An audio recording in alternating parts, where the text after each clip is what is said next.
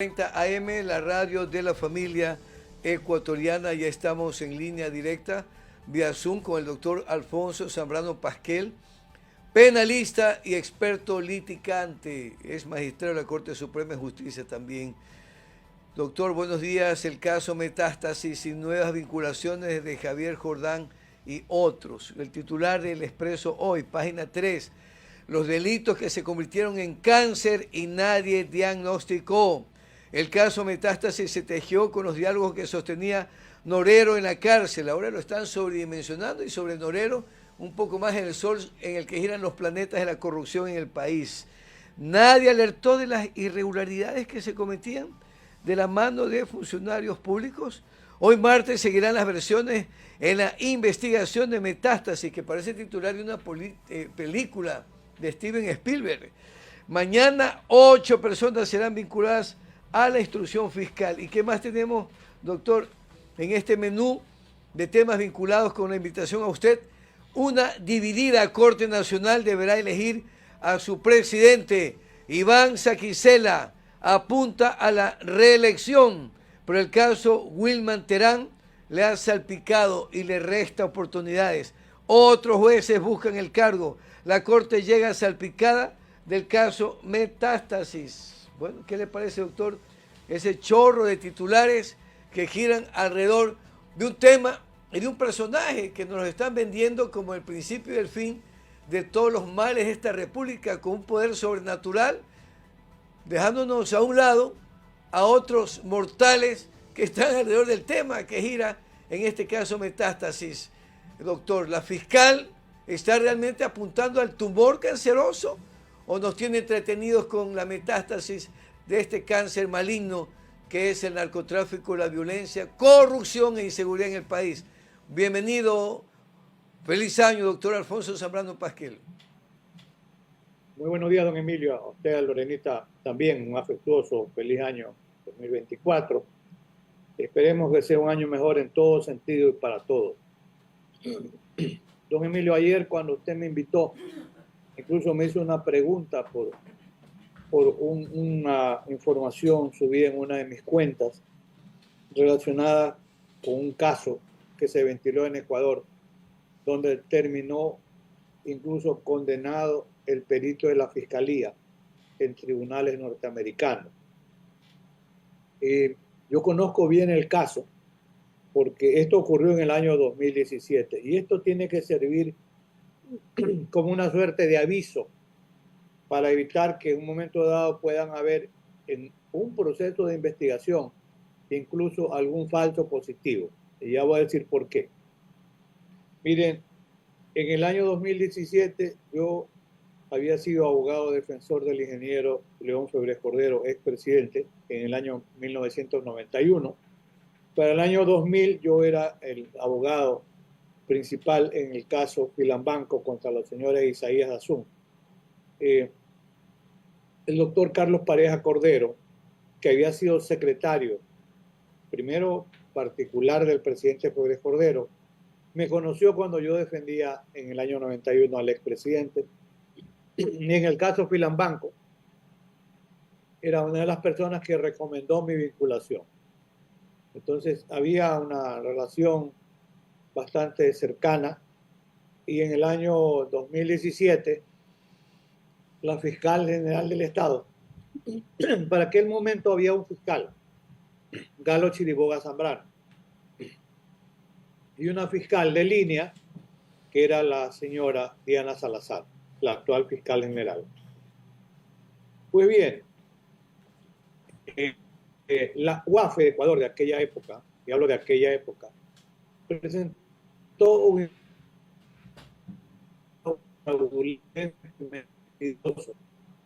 donde decía el doctor Carlos Pareja, se menciona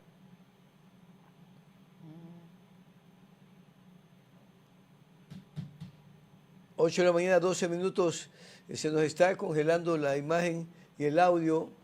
Lamentablemente, doctor, tenemos alguna dificultad con la señal, ¿verdad? Si persiste este problema, podemos quedarnos vía telefónica en el Zoom y congelamos la imagen. Tratamos de recuperar el Zoom. A ver. Para preservar la información. Está dialogando con nosotros Lorena, el doctor Alfonso Zambrano Pasquel, remitiéndose a una experiencia vivida por él como abogado, defensor, en un caso en el que participó también en esa época la actual fiscal general del Estado, Diana Salazar. Ahora sí, doctor, retomamos. Habíamos tenido una breve interrupción. Siga usted. Una defensa técnica, porque recordaba hace unos días decía el profesor Alvarado Belloso argentino, formidable, que aún vive, 80 y tantos años, muy lúcido. Él decía que muchas personas incluso hablan del derecho al debido proceso sin saber qué es el debido proceso. Y él decía que uno de los aspectos más importantes, así como el derecho al estado de inocencia, es también el derecho a la inviolabilidad de la defensa. Entonces, eso es parte de las garantías, porque es un conjunto de garantías del debido proceso aquí en la Convención Americana. Entonces, la defensa técnica recurrió a expertos internacionales que en algún momento la fiscalía decía, son expertos, sí, pero expertos de mucha respetabilidad. Dos juristas de Costa Rica, uno de ellos acreditado también en la barra americana de abogados, una experta norteamericana, criminóloga y penalista, para analizar si se había o no respetado incluso el sistema americano en la obtención de evidencia. Y estaba también un abogado norteamericano que había sido fiscal en la Florida. Pues bien, conforme avanza el proceso, primero la UAFE de Ecuador se inventaron estas afirmaciones. Luego, y había un proceso de criminalización, lo que ahora más se llama el lawfare, muy mediatizado. En las sabatinas incluso se decía que el doctor Pareja Cordero era el capo de Tutti di Capi. El doctor Pareja Cordero fue perseguido judicialmente, perseguido políticamente, y él se fue para Perú. En Perú fue detenido por una alerta roja, ¿verdad? Y en Perú, con un procedimiento de habeas corpus, la Corte Suprema del Perú negó la extradición. Yo viajaba al Perú para conversar con los abogados peruanos en cómo iba, cómo avanzaba el tema del habeas corpus presentado. Finalmente el doctor Pareja Cordero no fue extraditado. En el Ecuador se secuestró a la secretaria del estudio jurídico, la señora Lorena Estudillo. Se la secuestró, ella vivía en Guayaquil, los supuestos hechos habían ocurrido en Guayaquil, pero la secuestraron y se la llevaron en la madrugada a Quito. Y en Quito le insinuaron que ella declare contra su jefe. Una persona con la que había trabajado 20 años dijo, yo no voy a involucrar en nada al doctor Pareja Cordero porque todo lo que están diciéndome es falso. Entonces, en Estados Unidos, ¿qué se llegó a determinar? Existe el FinCEN, que es el equivalente a la UAFE de Ecuador. El FinCEN nunca había hecho un reporte de operaciones inusuales injustificadas para el pago que era un pago por un encargo fiduciario de $185,000 y nada más. Lo otro, lo grave, es que los peritos de la Fiscalía, y ahí está el perito Grijalva, que creo que sigue prestando servicios, sin estar autorizados, porque tenemos la idea o el concepto que somos dueños de las cuentas con las que se manejen las computadoras o los teléfonos celulares. Somos usuarios de un servicio y se irrespetó de la titularidad de los usuarios de los servicios Microsoft, Google y Yahoo. Y por esa razón, incluso fue condenado el perito Grijalva por haber ingresado sin estar autorizado. Yo acá no conozco el detalle, ya es un tema de la defensa técnica que tenga cada uno de los abogados. Si sabe más, habrá una mejor defensa, si sabe menos, no la defensa, simple y sencillo. Ahora, el hecho cierto es que durante el proceso se llegó a pedir que se excluya la información de lo que yo llamo la prueba ilícita de los frutos del árbol envenenado. Finalmente, en la audiencia de juicio no se utilizó la información que se había obtenido. ¿Por qué? Porque era una prueba obtenida ilícitamente. Incluso le digo, conversaba con don Emilio ayer y le digo, mire, yo no sé de qué manera o con qué cargos se van a imputar ahora o más personas, porque personalmente creo que fue un error del doctor Wilman Cherán haberse mantenido agarrado al cargo, igual que el ciudadano, el otro vocal de apellido Muñoz. El doctor Terán, aunque tardíamente decide renunciar, y era mejor que lo hiciera para poderse defender con absoluta libertad y que no digan que él utilizaba el cargo para influir. Porque dos razones que para mí es discutible que se cumplan en ambos casos. Primero, el riesgo de fuga, de irse a fugar cuando él tiene su familia, tiene sus hijos en Quito, etcétera, en ambos casos. Y lo otro, el peligro de obstaculizar la investigación procesal, que son los dos fundamentos de la prisión preventiva aquí y de acuerdo con el Pacto Interamericano de Derechos Humanos. Pero eso ya estaría de abogado.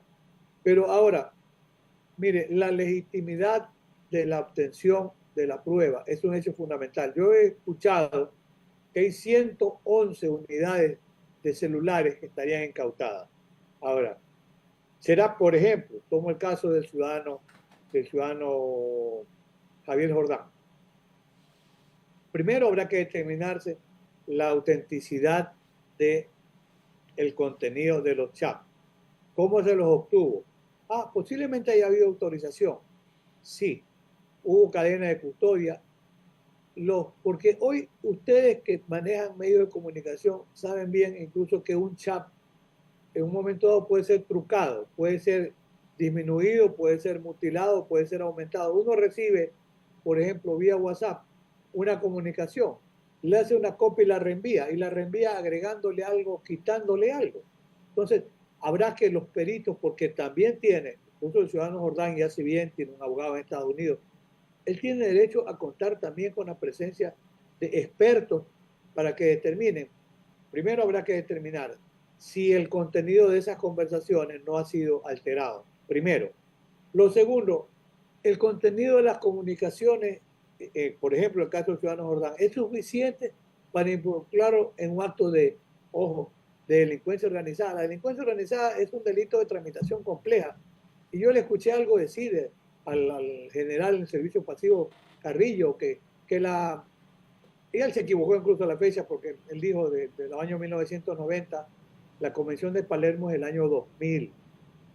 Naciones Unidas, la delincuencia organizada no nace, y sobre esto coincido con don Emilio en la conversación informal de ayer, el caso Metástasis no es ni el principio ni el fin de la corrupción, es un episodio más que tiene que ser prolijamente investigado, porque a ver, la delincuencia organizada, como se lo ha armado, yo digo es todo y nada, ¿por qué? Por eso tengo publicaciones y libros, ¿por qué?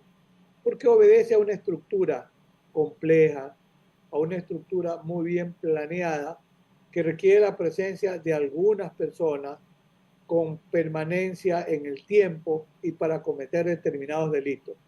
Entonces, yo no sé, ya veremos cómo se determina si el doctor Wilman Terán se benefició económicamente con este supuesto tráfico de influencia, parte de la trama. El señor Jordán, yo no sé.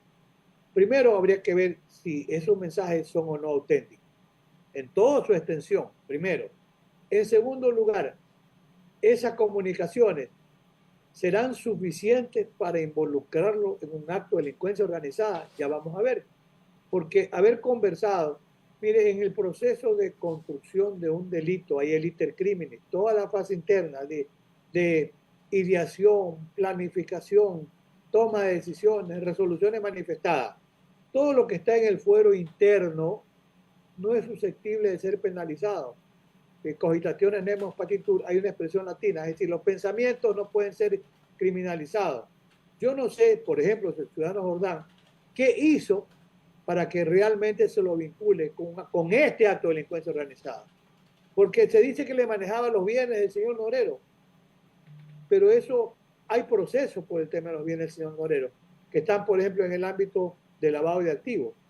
Pero, y aquí, si en ese proceso hay un proceso de juzgamiento, y si el señor Jordán hubiese estado implicado allí, no podría ser juzgado dos veces por los mismos hechos. Yo no conozco el tema, si estará o no vinculado a esos casos.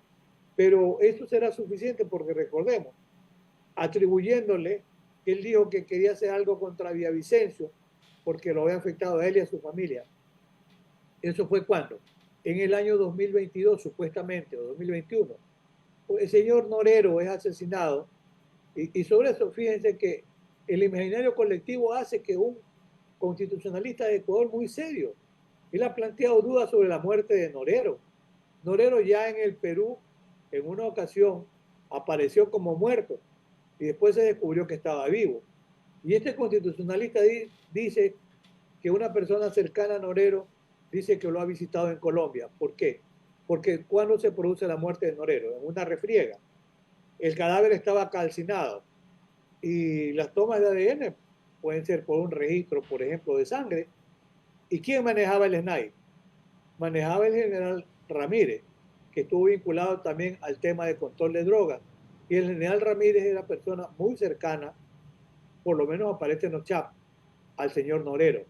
Este constitucionalista conocido, él plantea las dudas y dice, cuidado, se armó una refriega en la cárcel del Turi y sucede que otro el incinerado y Norero sigue vivo. O sea, lo dejó planteado ahí, no sé, tendrá que investigarse muchos temas, pero regresando, las vinculaciones en algunos casos parecen bastante lógicas, pero por ejemplo el caso del señor Norero, ¿cuándo se muere del señor Jordán? ¿Cuándo se muere Norero? En octubre del año 2022. ¿Cuándo es asesinado Villavicencio? Es en este año, el 9 de agosto del 2023. ¿Será suficiente como para vincularlo al señor, en este caso Jordán, con un caso de delincuencia organizada? ¿En qué nivel? Porque cuando se le formulen cargos tienen que ser muy concretos. ¿Para qué? Para que pueda ejercer su derecho a la defensa.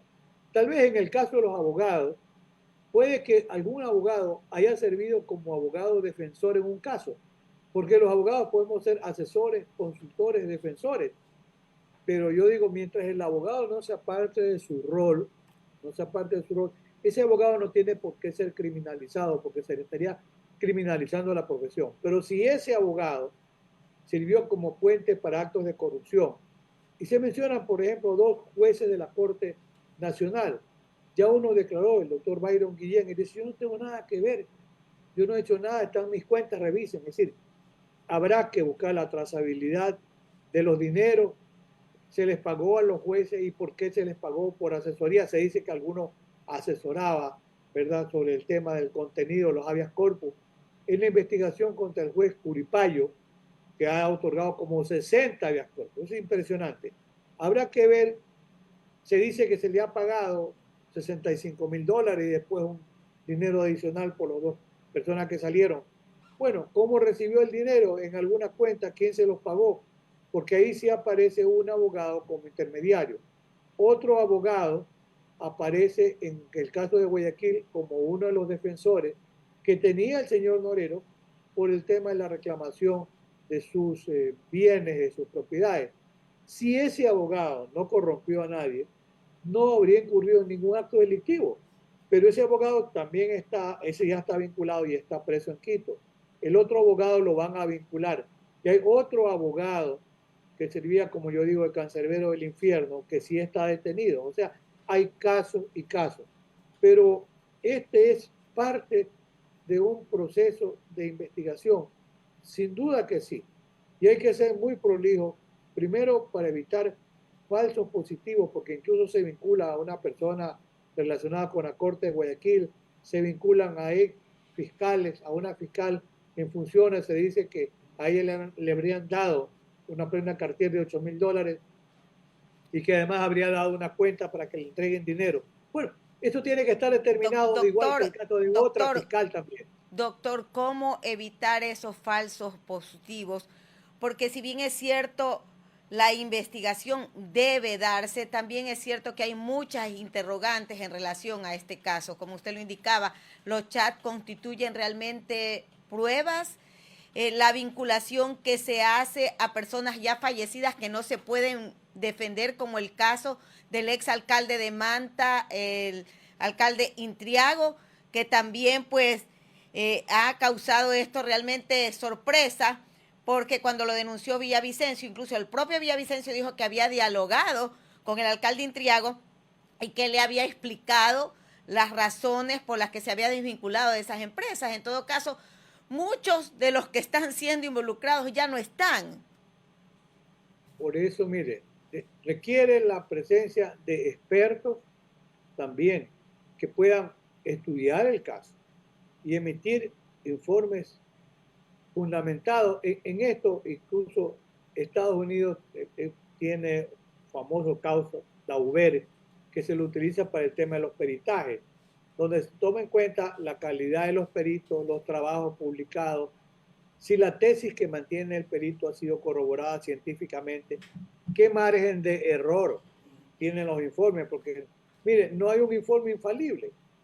habría que ver qué técnicas utilizaron los peritos para llegar, habría que ver si las conclusiones a las que llegaron los peritos tienen o no fundamento científico. Aquí no se trata simplemente de opinar, me parece o debe ser, sí, pero ¿cuál es el fundamento científico? Por eso le digo que hay mucho que investigar.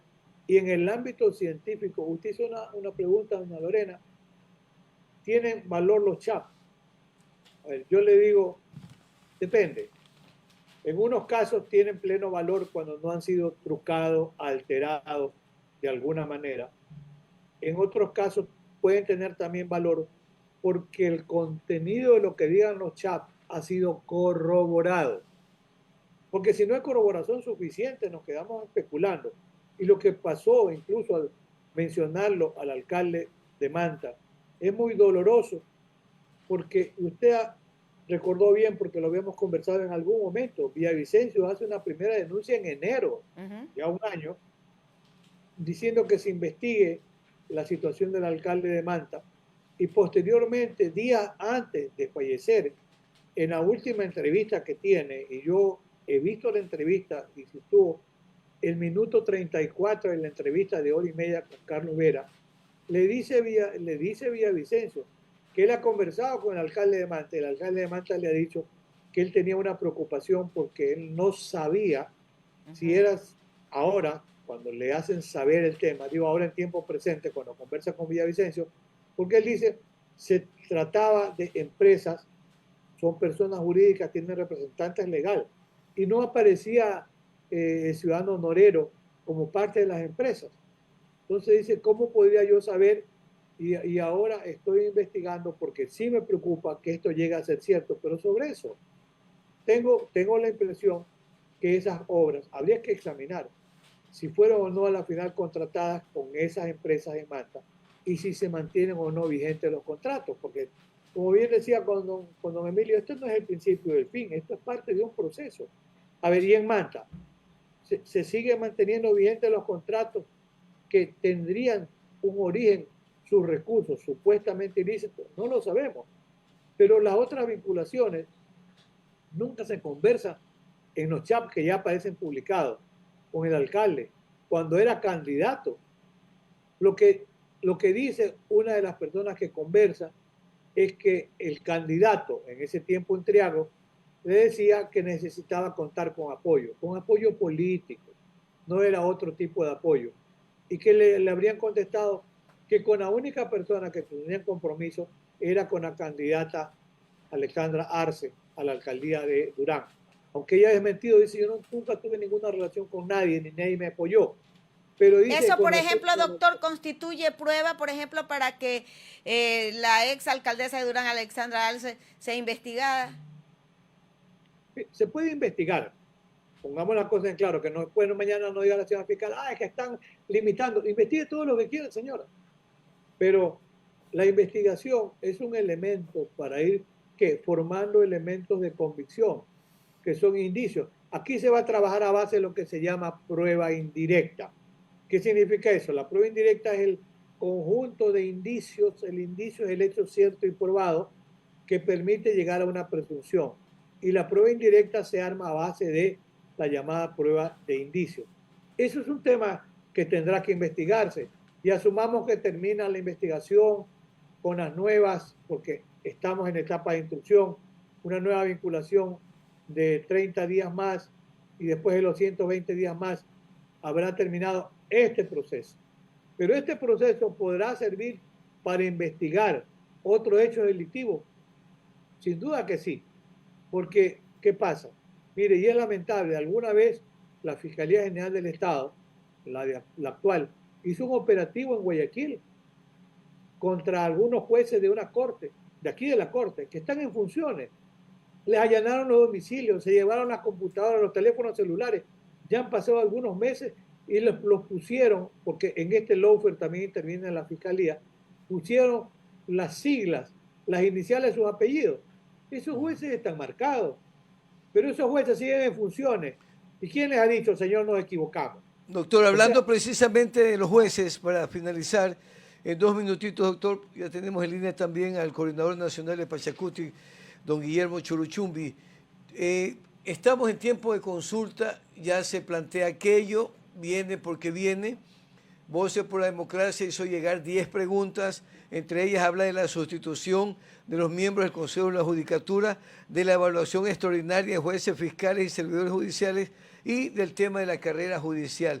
Y hoy precisamente una dividida Corte Nacional debe elegir a su presidente. Ese es el escenario de la justicia en el Ecuador representada por los jueces, doctor. Entonces, brevemente, doctor, ¿qué pregunta añadiría usted, doctor? Bueno, una pregunta allí central podría ser si se está de acuerdo con que haya un consejo de participación social y control social transitorio. ¿Para qué?